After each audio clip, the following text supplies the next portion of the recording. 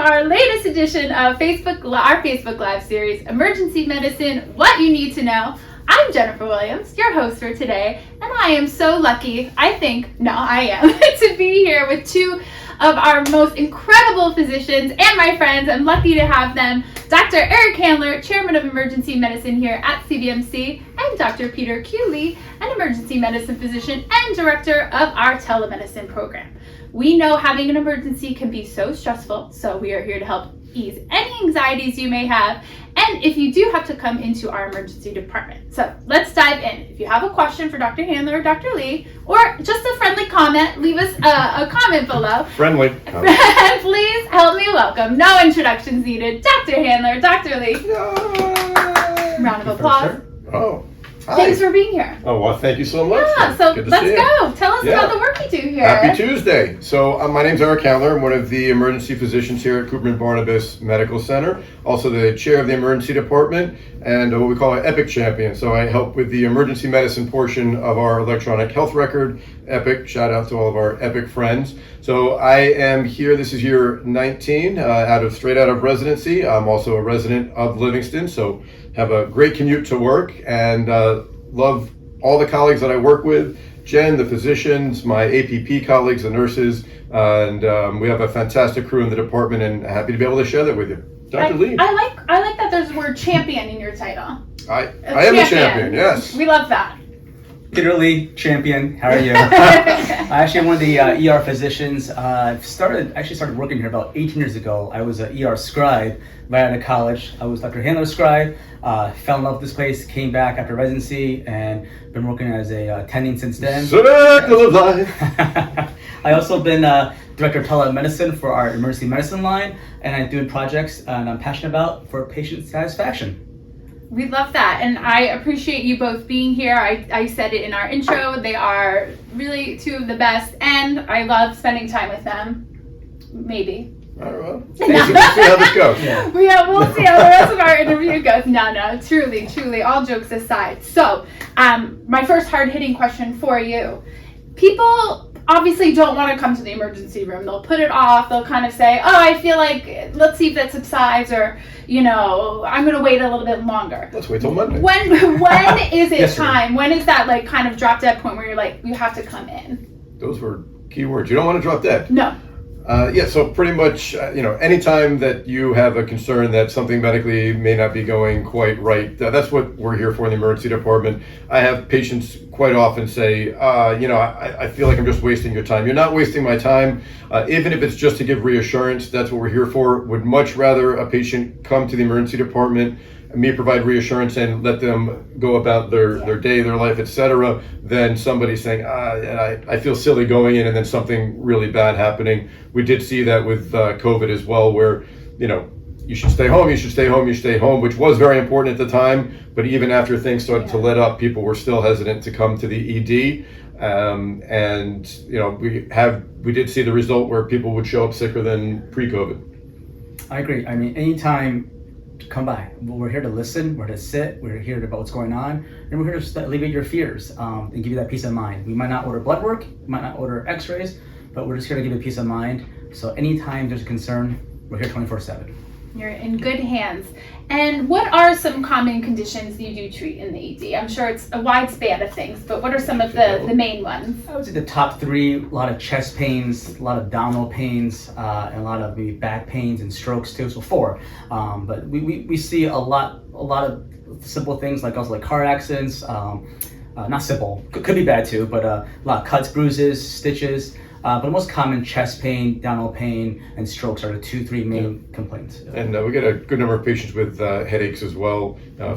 Fever, somebody just afraid that they're sick from could be viral infection, bacterial infection. But those are some of the more common things that we do see. And we know emergencies can happen, but what advice can you give for people to keep themselves healthy so they don't have to come to the emergency department? Sure. So we are, leaving winter where that carried its own risk, but now that we're moving into spring and summer and things are warming up, hopefully the sun will come out one of these days. Make sure. I was going to say, please, someone. Make sure that you are wearing proper protection. So definitely sunscreen. We did a primer not too long ago, getting ready to move into the warmer months about heat stroke and heat cramps. So making sure you're very well hydrated. If you do start getting a headache, nausea, get yourself out of the heat into a cooler environment. For people that are doing yard work, you want to make sure that equipment is turned off should you feel you need to start working on it. And we don't want to see people with, head, shoulder, finger, toes injuries from mechanical equipment as we move in. And then, also with water injuries. So you want to make sure that, especially if you have little ones at home with a pool, that you've got the proper safety equipment for that. Strongly recommend if you're going to be having a pool party, that adult be out there the entire time. My son is a lifeguard. Just kidding. I was going to do a little plug for him being a lifeguard, but all kidding aside, you do want to make sure that you've got good water safety as well. I don't know if you have anything to add. I think going on preventive medicine, Barnabas Health has a great name of physicians for primary care, cardiologists, GI, getting your annual checkups, getting blood work, just making sure that you stay on top of those things so that, getting blood work in the ER for the first time in 20 years. So yes, get that colonoscopy as well. The recommendation did change now to 45, so that puts some people that might not have otherwise known that. Hello, GI. Yeah, time to make that appointment, and it is not that bad. And it is Cancer Prevention Month, so if there's any screenings, a little plug, there's mammograms, colonoscopies, all the things. Yes. Go for them. And we can link to our website. You have a list of all of our doctors if you're looking for a provider for anything that you may need. So people do have to come in. How can they prepare? What can they expect? Tell us a little bit about the team. Sure. So if you arrive ambulatory, meaning not through an ambulance, but you either bring yourself or somebody brings you here, you'll come through the main entrance of the emergency department, be met by the greeter nurse, who will ask a few quick questions just to get a sense of what brings you to the emergency department other than the car, and how acute the episode may be, whether this is something where we can try to expedite you to fast track, or if this does require more of the quote-unquote main emergency department, and from there be brought into a room. For the most part, we are getting patients, we're doing what we call pull to full, so being brought directly into a room, not having you wait in the waiting area, where you will have that the triage will be done at the bedside. Many times the provider and the triage nurse are there in the room at the same time. Be asked to change into a gown. We don't do that because we like people shivering. We do it because it does help our exam. And then from there, depending on what testing the provider feels that you need, that'll get done. Keep you updated throughout that process, and hopefully be able to get people home safely. But if not, we'll have those conversations. What he said was fantastic. On point. And there's such a great team down there. Can you tell us a little bit more about, kind of who the people in your neighborhood you'll meet? Sure. So the 4 or 5 main types. So you've got the nurse who's going to be at the bedside with you, either the APP, which is the physician assistant, nurse practitioner, the physician, the tech who may be helping draw lab or bringing you to and from studies, transport who will also get you to and fro different areas of the department. We have our phenomenal radiology techs, be it X-ray, CAT scan, ultrasound, MRI, vascular, the list goes on and on. But those are the main people you can expect to see, as well as our fantastic registration folks who will get your insurance information, get you registered into the healthcare system to begin with. It is like its own little mini city down there. Yeah. I thought. I want to add that we fantastic staff, the nurses, the techs, people. They generally have a sort of, they want to care, right? And they're taking care of you like they're taking care of family. So it's like the Olive Garden. Exactly. You're your family, exactly. Right. We're family. And then just to manage people's expectations, on average, if a patient ends up being discharged, you can expect your stay to be 2.5, 3 hours, with more on the 2.5 side. That's our goal. And for an admitted patient, we try to make that decision within 3 to 4 hours, and then have the patient upstairs pretty much from door, if you're going to be admitted, from door to that bed in about 5 to 6 hours. So we really have done a lot of work around expediting that process, which helps not only the patient themselves, but also the patient that is perhaps waiting to come into that treatment area. And this is something that we kind of are very aware of in the marketing world of letting people know who our physicians are. Specifically, if someone does need emergent surgery, how can they prepare? A lot of questions are, who is it that I'm going to see? Who's operating on me? So tell us a little bit about, the doctors and the surgeons. I mean, from a personal level, all the surgeons here, even consultants, are fantastic. My parents personally see a cardiologist within the Barnabas system, a GI doctor, a podiatrist. I can keep going. I saw a surgeon, got surgery done here. I trust them with my own family. They're fantastic. The communication, the follow through, and just following up, making sure you're okay after surgery. It's because you're in a vulnerable time. You just got something done. You don't know what's going on. Is this okay? Is this little redness okay? So it's great follow up, and they really do take care of you and want to make sure that you have a great experience from the beginning all the way to the very end. Yeah. And then for that patient who may not have that established relationship, we do have our list of physicians changes daily, weekly, etc. So if you have a broken bone, you've never needed an orthopedist before, we have the orthopedic team, our service line headed up by Dr. Liberace, which is absolutely fantastic. And they take care of patients. Again, it could be the patient that unfortunately fell and has the hip fracture, and they'll be going to the OR within 24 hours and up the next day, and hopefully home. We're now getting 60% of our patients home instead of having to go to rehab, which is a phenomenal statistic. For general surgery, you need your appendix out, and you never had that before. Our acute care surgery service is phenomenal and made up of a crew of surgeons. So many times, patients will ask, well, who would you use? And fortunately, it's pretty much exactly who's on that sheet anyway. Just like Dr. Lee, my wife, myself, my kids, we've all, for better or for worse, required the services of Cooperman and have always done quite well. And sometimes a patient's primary care doc will say, I want you to, use Dr. X, and we do respect that, as well as sometimes a patient will be like, what, Dr. Smith has been taking care of me for 20 years. I need you to please give him a call. Yeah.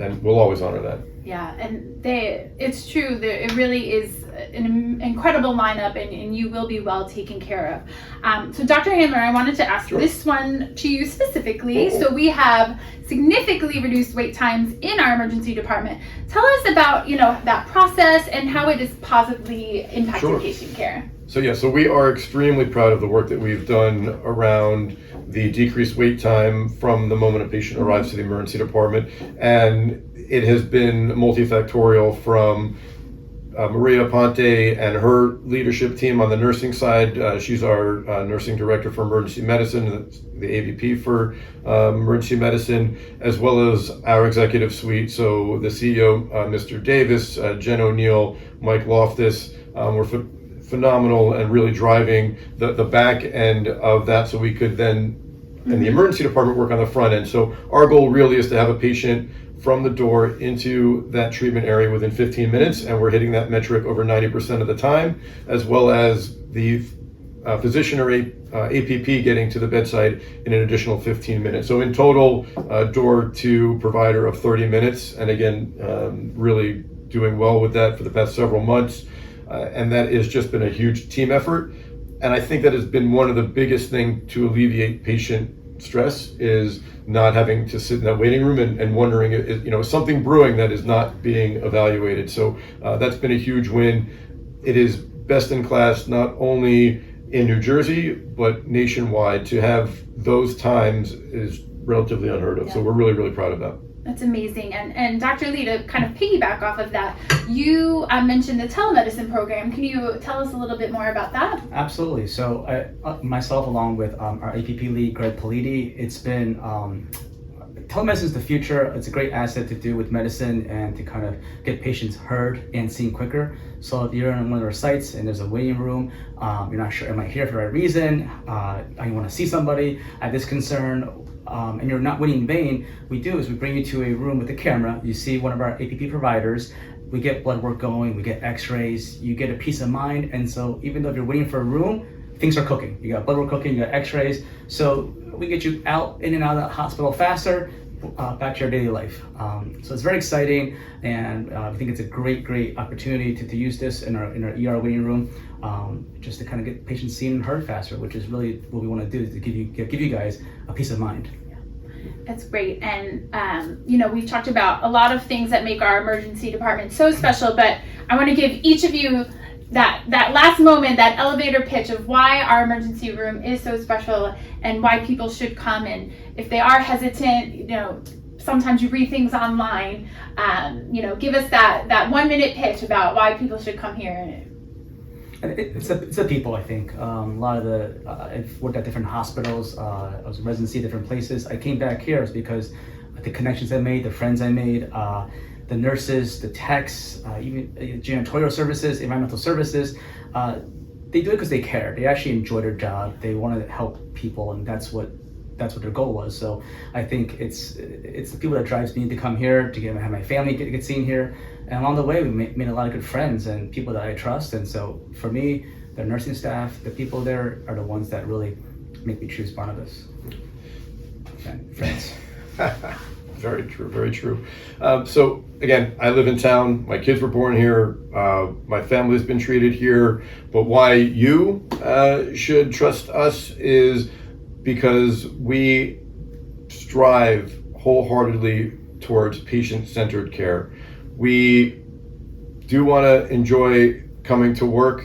I don't see this as work. I really do see this as something that I've been blessed to be able to provide to patients. And I know Dr. Lee feels very strongly that way as well, as do my colleagues in the emergency department. And we do want the staff to be comfortable and well looked after.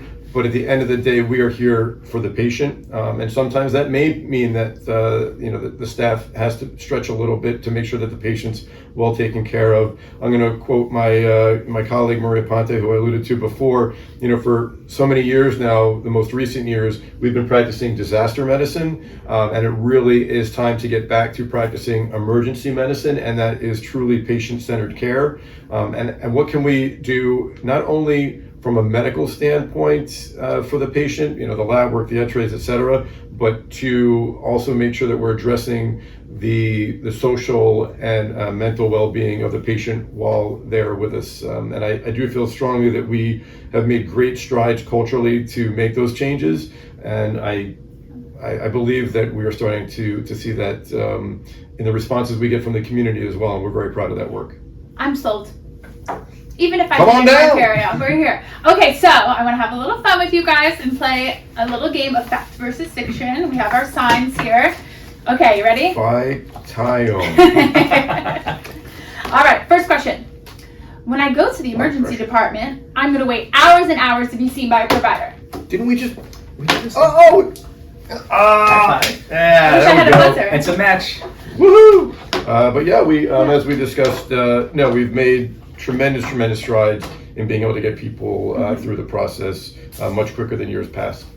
Okay, next one. I should only go to the emergency department if I'm having a life-threatening condition. Not if he's working. Yes. We're here to listen anytime, any concerns. We're here to sit down, talk, alleviate any concerns. So, fiction. And if you wait thinking it's not a life-threatening condition, it may become one. So we're here to do that evaluation, make sure that things are going well. And there's nothing I enjoy more than sending a patient home. So if you come in when it's something that doesn't require a lot of intervention, hopefully we can prevent that further emergency. Better safe than sorry. Okay, if I visit the emergency department, I'm at a higher risk of catching diseases. Other diseases. Well, depends on what you came in with, but No, you're not. People are. You shouldn't. You should not leave with anything you did not come in with. That is our goal. So we do space patients out. The treatment bays are designed to do that as well. And on the rare occurrences where we do need to use the waiting room, we do make sure still to practice social distancing. I have found that patients still, for the most part, are still wearing a mask. We all still wear a mask when we go into the rooms as well. So even during COVID, this was something that we had to discuss over and over again, that the likelihood of getting COVID, and that patients should not wait to come to the emergency department. Getting seen the benefit of that much outweighs the risk of getting anything. And we have great decon procedures as well, cycle cleaning. So the only risk of things you'll be catching is just kindness and love. We love that. Okay, my next one. The emergency room is like TV. There's always lots of drama and chaos and emergent cases, and it's just not safe. A little bit of both. You know, the helicopters are not falling on people and taking them out. So, you know, the part that is real is there are times of the day where you may have multiple high acuity cases going on at the same time, but the vast majority of the drama that you see on the television shows is just that Exactly. drama. But, Fiction, and it's very safe here. And okay. No helicopters. Patients are prioritized on level of sickness. Again, do we? Oh, Like I said the sickness. wrong. Oh, you're right. I messed that one up. Oh, Fact. just teasing. Yes, it's a fact.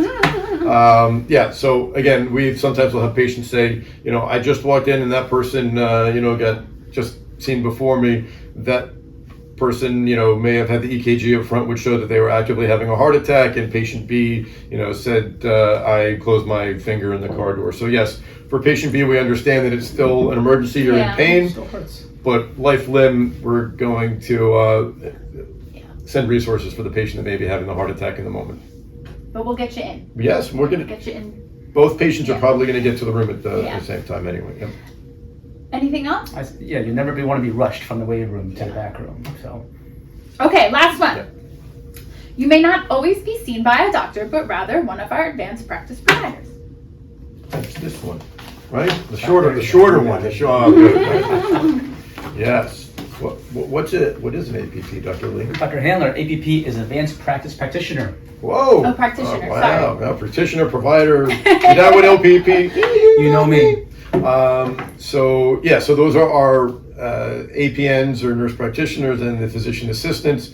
So when it, you know, they nowadays pretty much most, if not all, already have a master's in that. Some actually do go on to get their doctorate as well. But when it comes to emergency medicine, beyond their schooling, they are trained in emergency medicine, be that the medical aspect or the procedural aspect. So our APPs are, you know, savvy with ultrasound, be it vascular guidance, looking for a pregnancy, central lines, etc., as well as diagnostic care in the emergency department. So we take great pride in the training that we provide to our APPs, so they can provide that great care to the patient, as well as the fact that 24/7 in the emergency department there is at least one, if not more, physicians that are supervising the APPs. In our fast track area, the care is going to be driven a little bit more by the APP. In the main emergency department, it's going to be more of that tag team approach. All right. There you have it, everyone. Thank you both for being here. We hope that we eased any anxieties that you may have had. We hope it was educational, but also fun. Awesome. Thank you both for being These here. are the people in your neighborhood. Oh, thank you. It's nice Oh no, thank you. you. No, Thank thank you. you. I appreciate thank you. Yeah. I appreciate you both so much. You know that. No. Thank you. And we're here for you if you need. And thank you so 24/7. much for tuning in today. We'll see you next time. Thanks for joining us. Bye. Take care. Thank Stay you. well.